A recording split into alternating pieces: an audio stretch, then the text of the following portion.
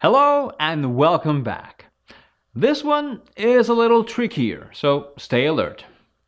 To make a good decision today, we are often required to predict the result of tomorrow, and we often make this prediction based on our current state.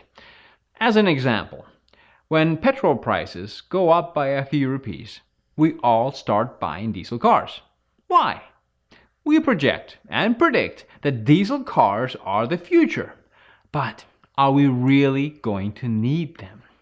Well, we can't be 100% sure. So we end up exaggerating or overestimating our need of a diesel car in the future.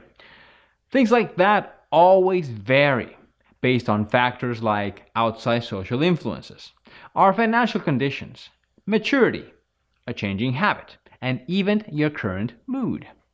However, this psychological bias means we almost always wrongly project and overestimate our future preferences based on our current preferences.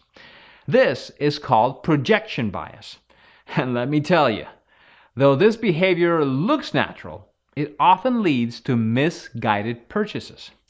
Another good example of a misguided purchase due to projection bias is people choosing very warm, sunny places for vacations while planning in the cold weather.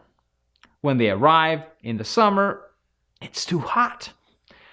Planning is a good thing, even required, but overestimating our future emotions is what the problem is. In stock markets, there are many of us who feel that we need to invest for the long or short term. We'll decide on a term based on our future projected requirements, such as buying a house, a daughter's marriage, a son and his education, etc. In the process, we all overestimated our future requirements. Over time, our requirements change or are met by some other means besides stock markets. Now, because of the projection and overestimation we did so long ago, our stock market calculations go terribly wrong. Our short-term, long-term estimations mean we missed opportunities of buying and selling at the right time, and so we lost. Projection bias also leads to a belief that the current market state will continue as it is in the future. Thus, when momentarily the markets fall, we feel that the fall will continue indefinitely, and we start selling.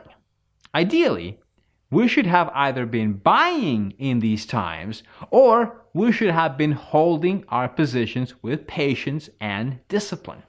But projection bias means that we as retail investors keep making misguided decisions and finally end up losing. Worried? Don't be. There are ways of tackling this bias. 1. Realize that you cannot accurately project your future requirements based on your current preferences. Your current preference will change, and so will your future preferences. Do plan for the future, but be cautious about it. Do not overestimate future requirements. 2. Short-term and long-term are mere projections. They don't come with guarantees.